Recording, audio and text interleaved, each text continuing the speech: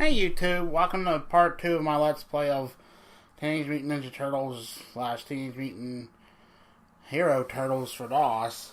From the last we left off, we've completed stage number 3. Now we're going to stage number 4. So let's get started here.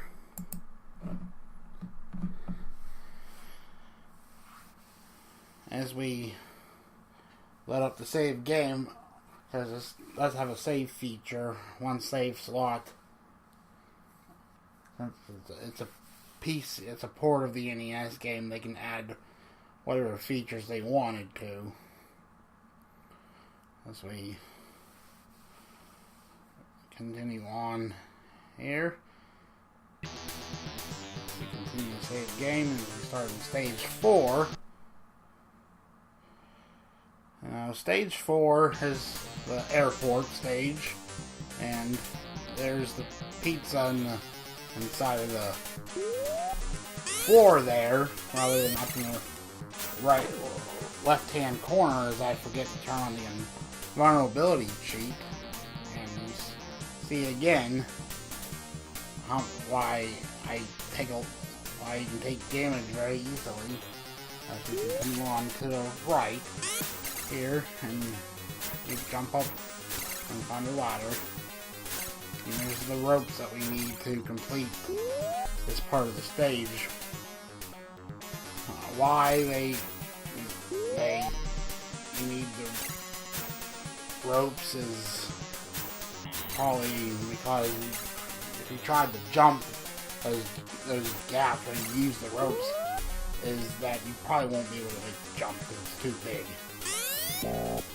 And we continue on here, and we use the first of 3 ropes that we found, and we continue on here. For the entire game, you only need a grand total of 4 ropes. 3 for this stage, and 1 in stage 3 if you wanted to explore the 2 buildings that need ropes to interconnect them, because those 2 buildings in stage 3 interconnect.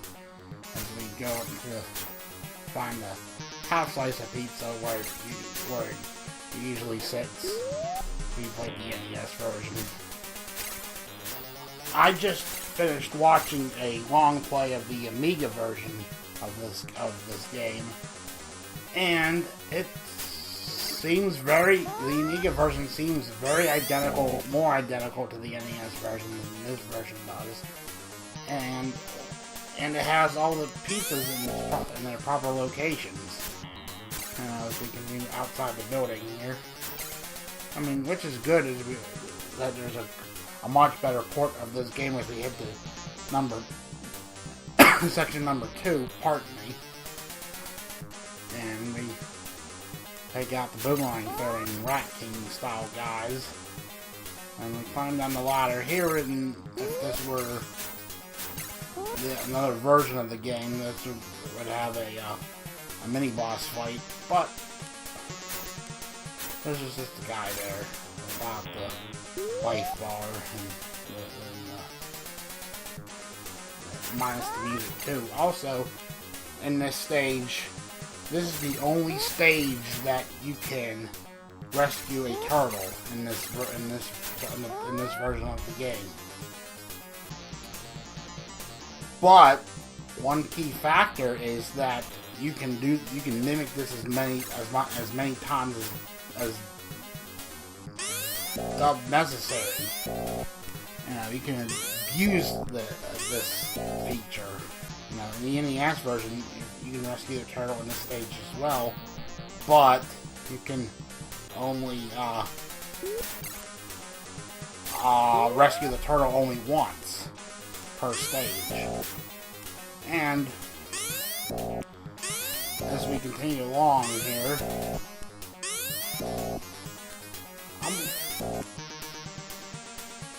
also Gemini's review in Ancient DOS Game episode 13, he even goes over this feature or glitch or whatever you want to call it.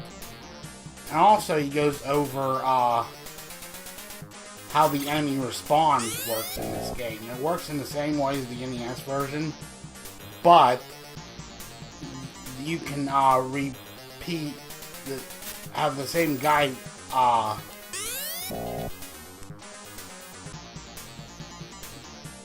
keep respawning, and there's multiple versions of the same enemy, and to the point where there's so many enemies on the screen, you end up screwing yourself over as we head to sewer area number 12, as I'm failing to make the jump up here. And you can go a different route than where I'm going. But I choose this route because it's easier than the other routes. There's only one hard jump, and it's one of those jumps where it's in area 14, where there's a jump where the scroll weapon would be, and there's like that fire pit over there is a prime example of the instant death pit in this stage. And here I failed to jump a couple of times because of how tough the jump is and stuff. And I had to reload my game and start over, I'd say about 3 or 4 times as we continue along here. Also, if you want to, I'll link the ancient DOS game review of this game in the description box, so you guys can watch it and have him explain the enemy respond thing. And as we keep trying to make this silly jump, oh my.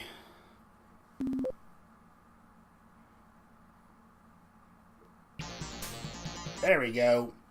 There we go. As we continue to climb up into number 17. For whatever unknown reason, some of the paths are not numbered. Like 12 isn't numbered for whatever reason, and it's numbered in the NES version. I don't know if it's limitations or they don't have time to do it. You know.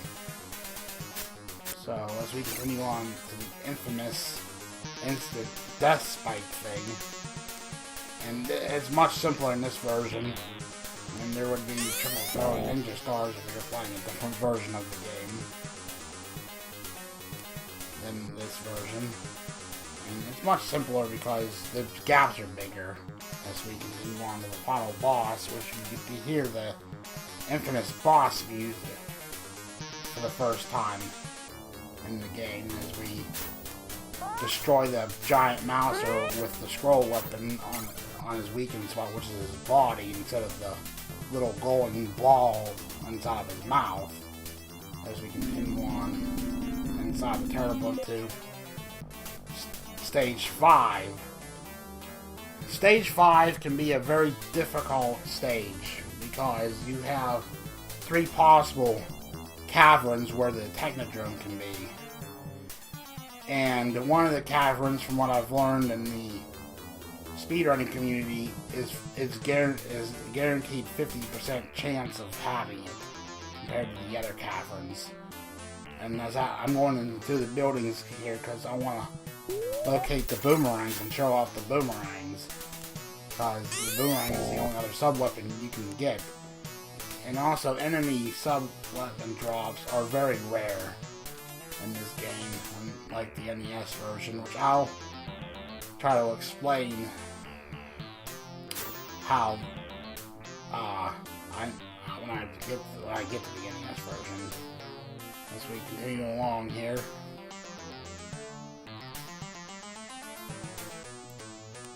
Inside this other building, where you see the crowd-like looking things.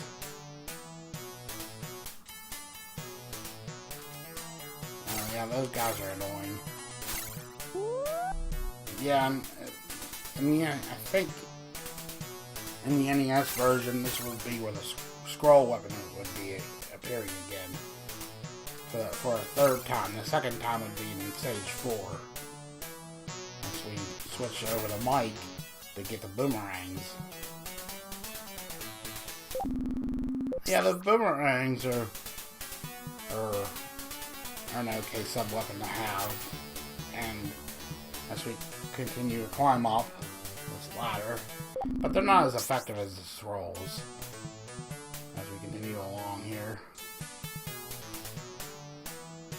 If you weren't cheating up to this point, and you got in, I'd say congratulations, you made it. I'm making this far, because it only gets harder from here on out, the last 2 stages in this version, because there's no more pizzas. You know, for whatever reason, they didn't put the pizzas in the buildings where they're supposed to be. And that's why it's important to make sure all your turtles are filled up by this point, because it gets a lot more difficult from here on out, and I don't think you can rescue any more turtles at this point in this version. And I didn't find the Technodrome right away there as we continue along back out of the cavern, which is the biggest pain if you weren't cheating. Also, if you're going to beat this game legitimately without cheating, I'd suggest collecting all the scroll weapons for all the turtles. Max everything out as we continue along here, because it'll make the Technodrome much simpler as we go on to the next cavern or sewer as we continue along the train tracks. Yeah, I got caught by those searchlights. As we continue to the cavern, it's more likely have a 50% excuse me, chance of having the Technodrome. And also, what cavern has the Technodrome is predetermined when you start up the game, and it's picked at random. Also, in the NES version, after you continue, that's when it changes. I also learned that in the speedrunning community. I'll talk more about that when I do the NES version. Right now, just you know, just believe what I say is true for right now. As we fight the Technodrome with the throw weapon, and it makes it a lot simpler. But if you didn't have a scroll weapon and you got this far without cheating, you tried doing the dancing move and make an attack over in the air, and that's pretty difficult to do because you're in mid-air when you're doing it. As we getting to the final stage, also Jim and I will in his review will explain that further. Also, if you weren't cheating at this point and you get 2 hits right away by those footballs, and with the positioning of where your turtle is and the positioning of the enemies. I don't know why they did it that way. Another example of poor programming, you know, which makes the game unfair at that point anyway, because you need all the health you can get because of not having any more pizzas. As we continue along down the ladder, there's what one pizza location would be, but there's not any pizza there. As we continue along, up the ladder, over. I hate those dinosaur-looking guys. They're annoying and they do a lot of damage to you. But lucky for me, I have the invincibility cheat turned on, so I don't have to. worry about dying or anything like that. And at this point, as I go in the door into the next section of the Technodrome, as we continue along here. Also, it's pretty easy to die here if you're not sure where you're going. As we continue along here, one of those places would have a Mr. Invincibility, which is very useful. Over there would there be a half slice of pizza, but at this point, there's no benefit of trying to get that pizza. More beneficial to get the full pizza. I'll explain more about that when I do the NES version. And as we continue along here, this is the section where you have the Mr. Invincible. No, I'm wrong. Here's where you get the Mr. Invincibility. From down here is where you use the Mr. Invincibility. But that's not there either, which makes this section a tad more difficult as we continue into the third and final location of the Technodrome, which is the yellowish in color. I freaking hate those rocket guys. They're annoying. So we use the scroll weapon again. And as we continue on with the rocket guys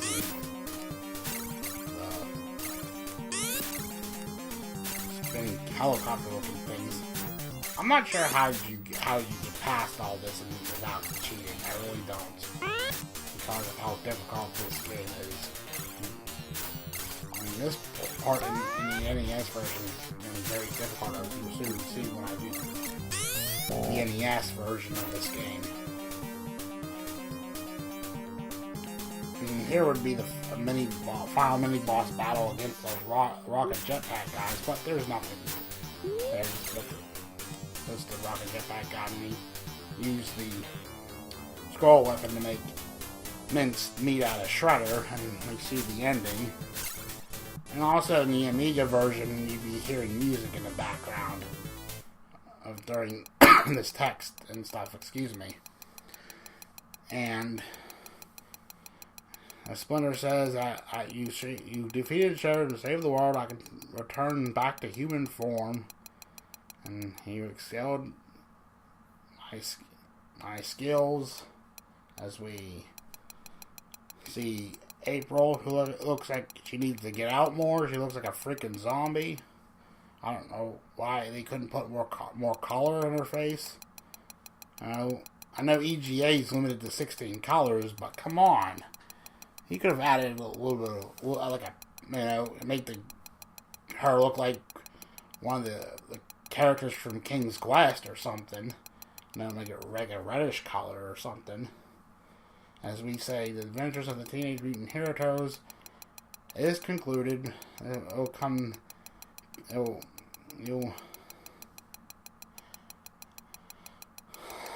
be at the end of the Let's Play.